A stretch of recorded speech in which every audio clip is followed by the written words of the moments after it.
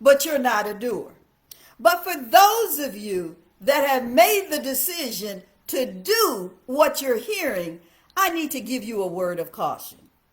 Yes, I do. I was single myself for 24 years, and I have ministered to single adults now. It'll be 23 years in February. And so that's a total of 47 years of me dealing with the singles, either my own singleness and then the singles that God has led to the ministry of Singles Pleasing the Lord. So in that time, I'm not a novice in this. In that time, I have learned some things. I have seen some things. And so I give you a warning that I need to give to you if you're taking the message of intimacy seriously. And what I want to warn you of is when you decide to cultivate intimacy with the Lord, you will be tested.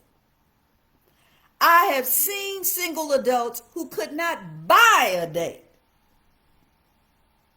The minute they decide to cultivate an intimate relationship with the Lord, to develop their love life, suddenly, out of the woodwork, is going to come people that want to be with you, that want to date you, that want to talk to you, that want to hang out with you. Now you have made a promise to the Lord that I am making room for you, God, that it's me and you. That this is my season for me and you to get a thing going on, for me to get to know you better, for me to experience the power of intimacy, the provision of intimacy, the protection of intimacy, and all the blessings that come with someone that is intimate with the Lord. You done decided that's what you're going to do. You done made a promise. God, I'm making room for you. And you're making those steps to develop that intimacy. I am here to tell you that where you couldn't buy a date, you couldn't buy attention, you couldn't buy affection, the test is going to come. And then you and God are going to know, and God already know, whether you was really serious about being intimate. Are you going to lay down the room that you made for God to make room for the advance of the person that's intimate with you? Or are you going to have integrity with your decision and your promise with the Lord that this is my season to draw close to you, God, because I need you to draw close to me?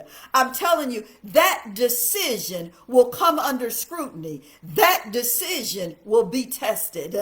You got to want God more than you want anything else.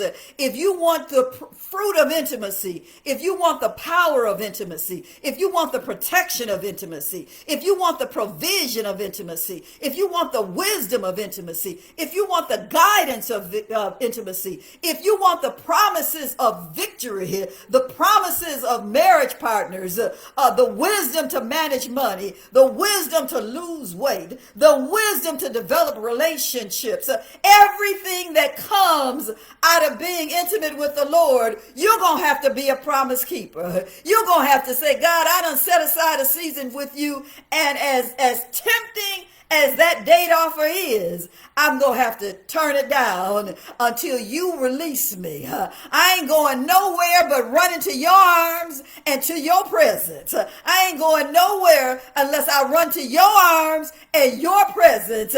And when it's right and if it's right for me to then start to develop relationships with people, I will do it. I'm going to tell you again that if you take this message seriously, more than likely, I about 99% guarantee you are going to be